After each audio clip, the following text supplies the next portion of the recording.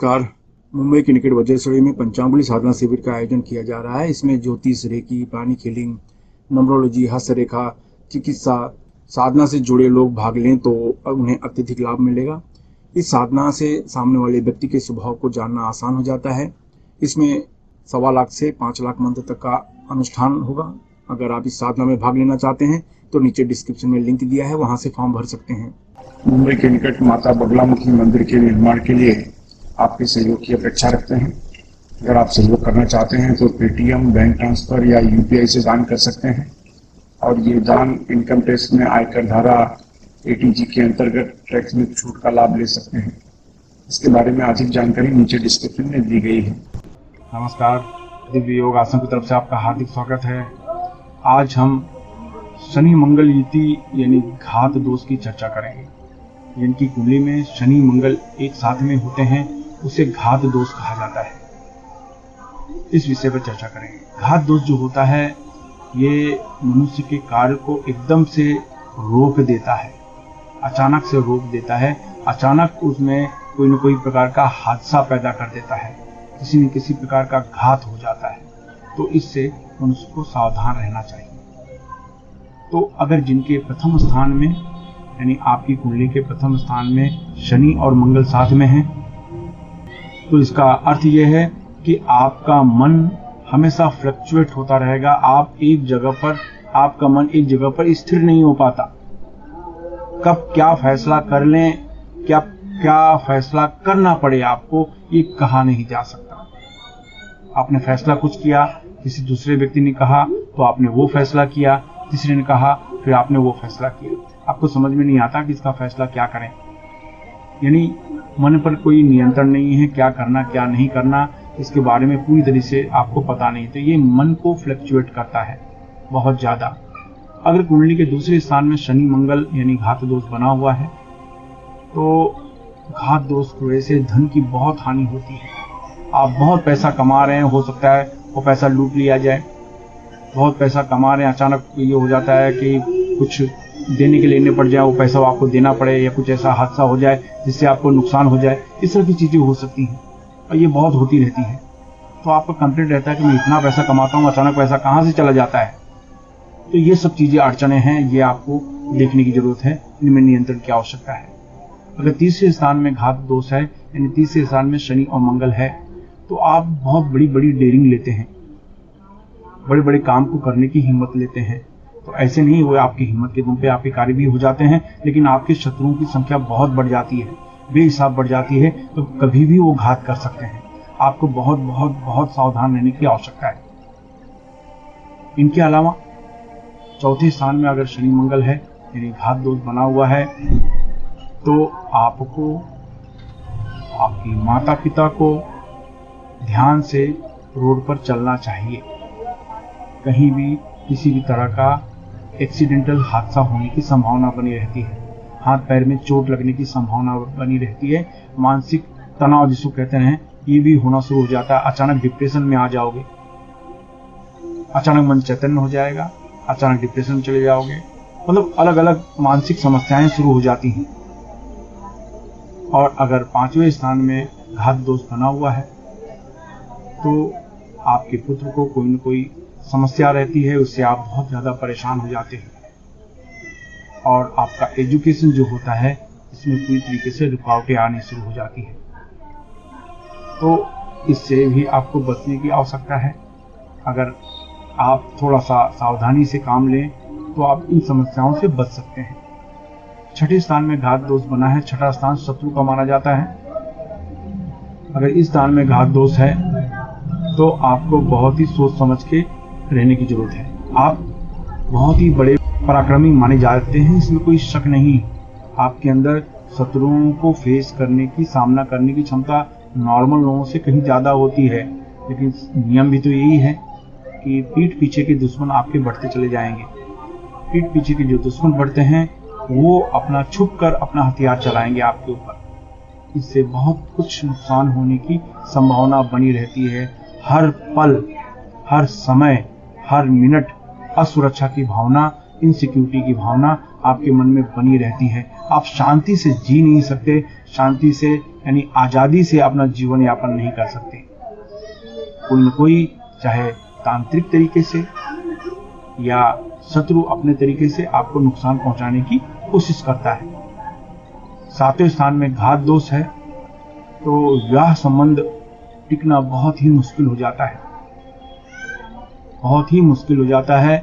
और इसके लिए पति पत्नी में विवाद होने शुरू हो जाते हैं, मामला डाइवोर्स तक पहुंच जाता है, लड़ाई झगड़े पति पत्नी में शुरू हो जाते हैं, ये सब चीजें शुरू हो जाती हैं। तो कहने का मतलब है आपका जो दाम्पत्य जीवन है वो टिक नहीं पाता, बैलेंस में नहीं आ पाता।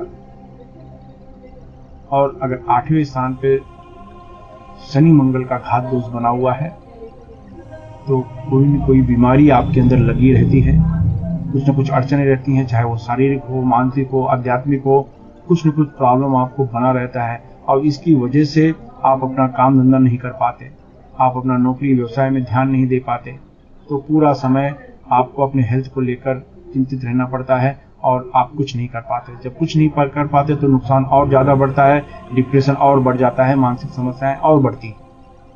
यहाँ भी थोड़ा आपको सावधान रहने की जरूरत है।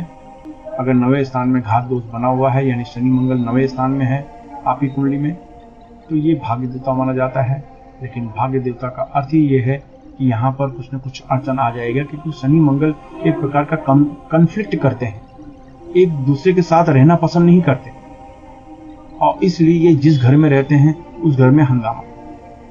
यानी दो शत्रु एक घर में रहेंगे जबकि दोनों शत्रु हैं, तो करेंगे क्या? आपस में लड़ाई करेंगे। इस तरह की चीजें होती हैं। तो भाग्य स्थान में रहें तो आपके भाग्य को ही बर्बाद कर देते हैं। यानी कोई भी कार्य आप करें उसमें कठिनाई आएगी। कोई भी कार्य, कितना भी आसान कार्य हो, लोगों के लिए आसान हो सकता है लेकिन आपके लिए नहीं हो सकता। तो आपको घात दोष का अनुष्ठान करवाना चाहिए, घात दोष के बारे में फिक्र करनी चाहिए। और 10वें स्थान में अगर घात दोष हो तो आपके पार्टनर के द्वारा, आपके जो नौकरी व्यवसाय के जो साथी हैं उनके द्वारा आपको धोखा मिलता है। धोखा बहुत ज़बरदस्त मिलता है, और फिर धोखा जाने अनजाने मिल जाता है। जाने अनजाने किसी कागज़ पर आप सिग्नेचर कर देते हो या किसी पर बहुत ज़्यादा आप विश्वास कर लेते हो तो धोखा मिलता है। कारण कोई भी हो, किसी न किसी कारण से आपको धोखा मिलते रहता है, और इसकी वजह से आपका जो व्यावसायिक सिस्टम है, आपका बिजनेस है, आप आर्थिक रूप से जिस मार्ग से धन कमा रहे हो उसमें बाधा आ जाती है। अगर आपकी 11वें भाव में घात दोष है तो इस जगह पर आपका जो प्रॉफिट होता है उसमें नुकसान होना शुरू हो जाता है। आप मेहनत करते हैं जी तोड़, लेकिन जब उसका पैसे कमाने का समय आता है तब तक पता चला कि आपको नुकसान हो गया। कुछ ऐसी चीज़ें हो जाती, कुछ ऐसे हादसे हो जाते हैं, कुछ ऐसी घटनाएं घट जाती हैं, और इसकी वजह से फिर आपको लगता है कि पूरी मेहनत बेकार गई, सब पैसा पानी में चला गया। तो यहाँ भी सावधान रहने की जरूरत है। और 12वें स्थान में अगर घात दोष हो, यानी शनि मंगल की युति आपकी कुंडली में 12वें स्थान में हो, तो ये आपको किसी भी कार्य में सफल होने ही नहीं देता। इससे बहुत बहुत अड़चने आती हैं। सामान्य रूप में ये होता है। इनके लिए जो प्रिकॉशन माना जाता है वो ये कि रास्ते में कहीं चलो तो रेस मत करो। आपके पास 2 व्हीलर है, 4 व्हीलर है, साइकिल है, कुछ भी वाहन है, तो आप आराम से चलो, रेस मत करो, कंपटीशन मत करो, आराम से चलो। 10 मिनट लेट हो जाओगे, चल जाएगा। ज़्यादा से ज़्यादा आप अपनी गाड़ी में महामृत्युंजय या धन्वंतरी यंत्र रख सकते हो। अब इसकी ये जो दोष है इनको दूर करने के विशिष्ट तरीके के अनुष्ठान होता है, विशिष्ट तरीके का अनुष्ठान होता है। ये 2 पद्धति में होता है, एक वैदिक तरीका, एक तांत्रिक तरीका। तांत्रिक तरीके से अगर अनुष्ठान करते हैं तो लाभ थोड़ा ज़्यादा मिलता है। इसका मतलब ये नहीं कि वैदिक तरीके से लाभ नहीं मिलता, बहुत लाभ मिलता है, लेकिन तंत्र जो पद्धति है थोड़ी सी अलग होती है। तो मेरी राय में आपको तांत्रिक पद्धति से अनुष्ठान करवाना चाहिए। और ये अगर अनुष्ठान कराते हैं तो किसी भी सोमवार, किसी भी कृष्ण पक्ष की त्रयोदशी, यानी उस दिन शिवरात्रि आती है, शिवरात्रि के दिन इस दोष का अनुष्ठान कराया जा सकता है।